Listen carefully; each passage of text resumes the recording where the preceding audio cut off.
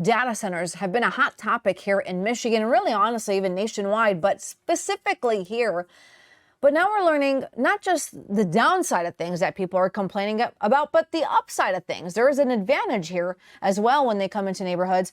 Let's bring in our very own Michael Perna, who's always joining us from the Perna team. Michael, you're always tracking these headlines, which I love. Always. So thank you for joining us today. No, and thank you for having me. I appreciate it. Oh, for sure. Talk to me about these data centers Yes. because they've been a hot topic. There's a lot of backlash relating to environmental concerns and beyond.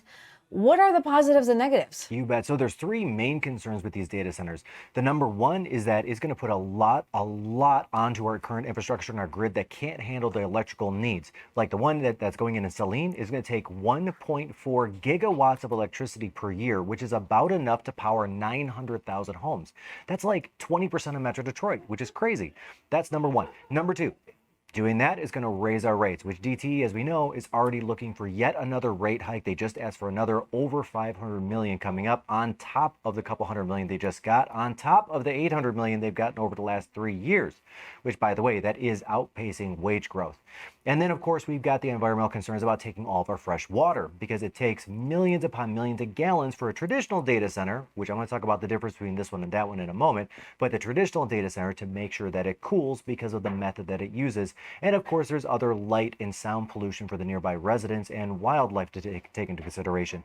There is a lot of negativity here around all three major data centers that are going in, to the point that some of them are considering pulling out of the state of Michigan. Some people are not upset about that, by the way.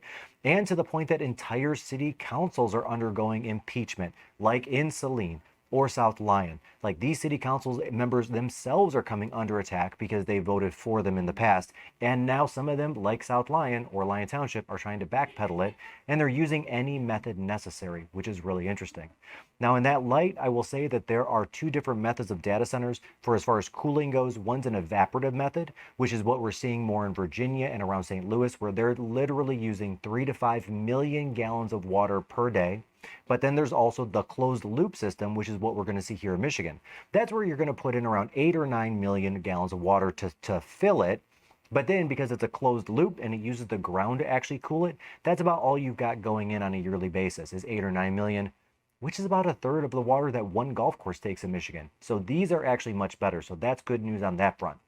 In addition to that, they're required to have jobs in excess of 150% of the median area income. So when we're looking at like South Lyon or Saline, those are higher income areas in Michigan in general. And to know that those jobs going in are going to be higher paying jobs, I feel like that's a good thing. I think that's what the governor was aiming at, was she was looking at Virginia and seeing all these 4,000 to 5,000 high paying jobs going in and saying, okay, this is an industry that we can latch onto because we do have a lot of open land and a lot of area. I think that's where she was angling at the time with the 2024 law that gave such massive tax incentives to attract these guys here. But George Mason University just put out a research report showing that homes in the vicinity of data centers actually go up in value, not down in value.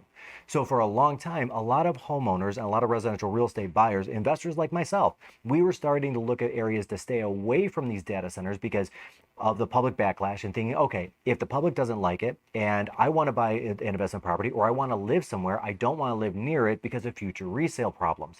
Come to find out, it's actually the opposite. Because of the concentration of higher paying jobs, not only these jobs at the data centers, but the spin-off jobs around them, like other tech hubs that spring up around it, there are more people with more money moving into these areas, and more people with more money means higher prices.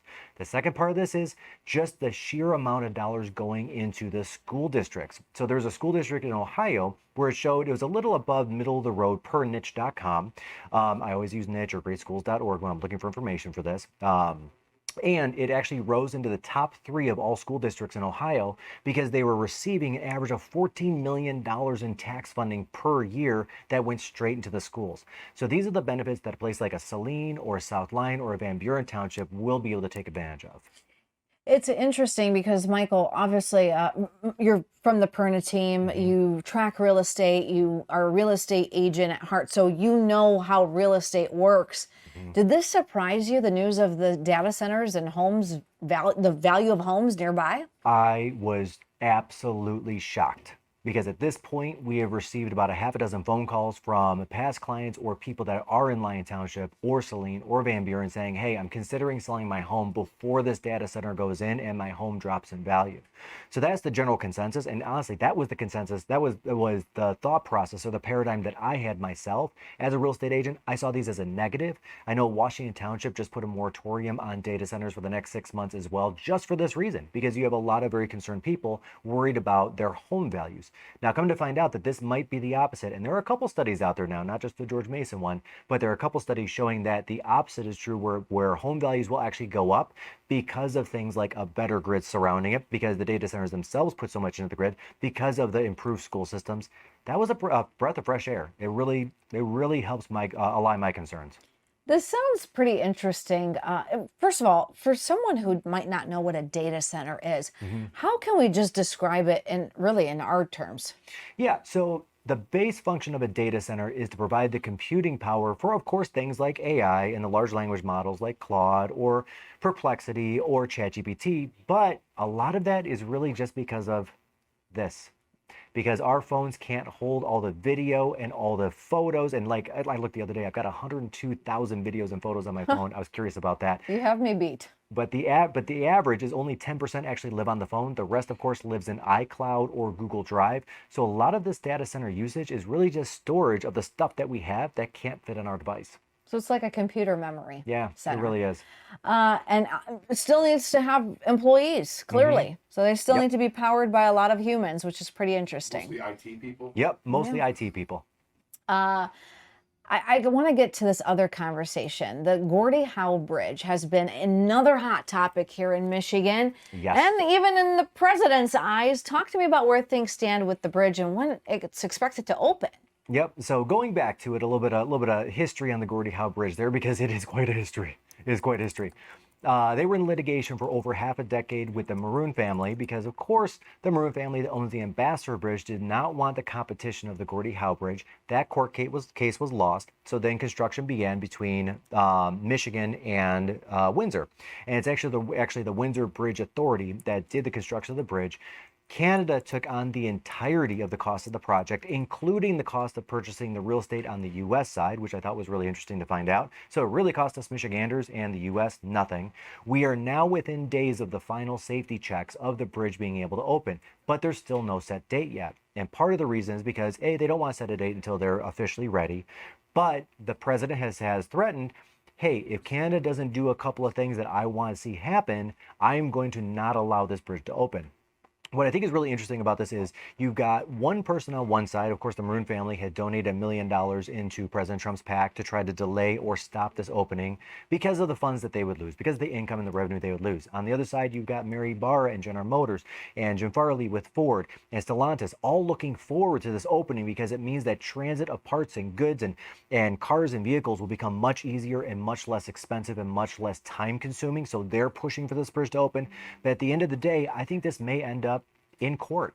And that's where, if the president does sign an order, and I've talked to two different attorneys on this. I'm not an attorney myself, so I can't really say, quote the law myself, just a real estate agent here.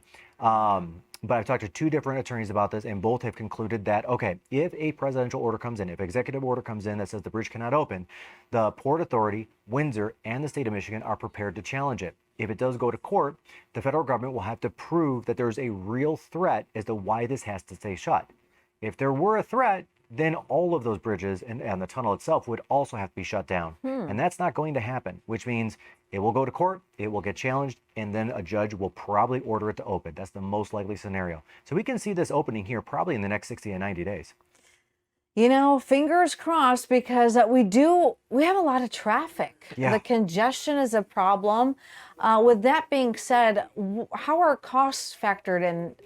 I don't know the exact price for the Gordie Howe Bridge. Yep. So the Gordie Howe Bridge is roughly $5 per car or small truck, like a not residential vehicle. I was gonna say residential vehicle because of residential real estate, but like a vehicle that you and I would drive. Let me put it that way, or even an SUV. Compared to the Ambassador Bridge, they had just rolled their prices back. So they're at $575 for the Gordie Howe Bridge. That's right. And they're now at $550. They were at $7, but now they rolled back to $550 at the Ambassador Bridge because they want to be more competitive. And they're realizing that with an additional 36 lanes open on the Gordie Howe Bridge, allowing people to go back and forth, a lot of people are going to opt for the Gordie Howe. Yeah, I mean, I first of all, it's newer. We all want to check it out. Did you say 36 lanes? 36 lanes. Yep. Yeah. Wow. And isn't there a bike lane too? There's a bike lane and a walking lane, which I thought was really interesting. So years ago, we were able to bike across to Windsor through the Ambassador Bridge, and of course that went away. But now we're going to be able to bike or walk again across the bridge. I have a feeling the Ambassador Bridge might consider adding the bike lane now. You never know. I think they might. Or the tunnel. I don't know about the tunnel. I wouldn't bike the tunnel. I run the tunnel every year, and I do not look forward to that. Forget the tunnel. Yeah. Bad idea. Yeah, hey, you know what, Michael? Don't go anywhere because I do want to have more of a conversation about Michigan. I know you're in the loop of a lot of things, some hot spots, even the best place to live. One of the best places is right here in Metro Detroit. So we're going to have more on that coming up. Don't go anywhere.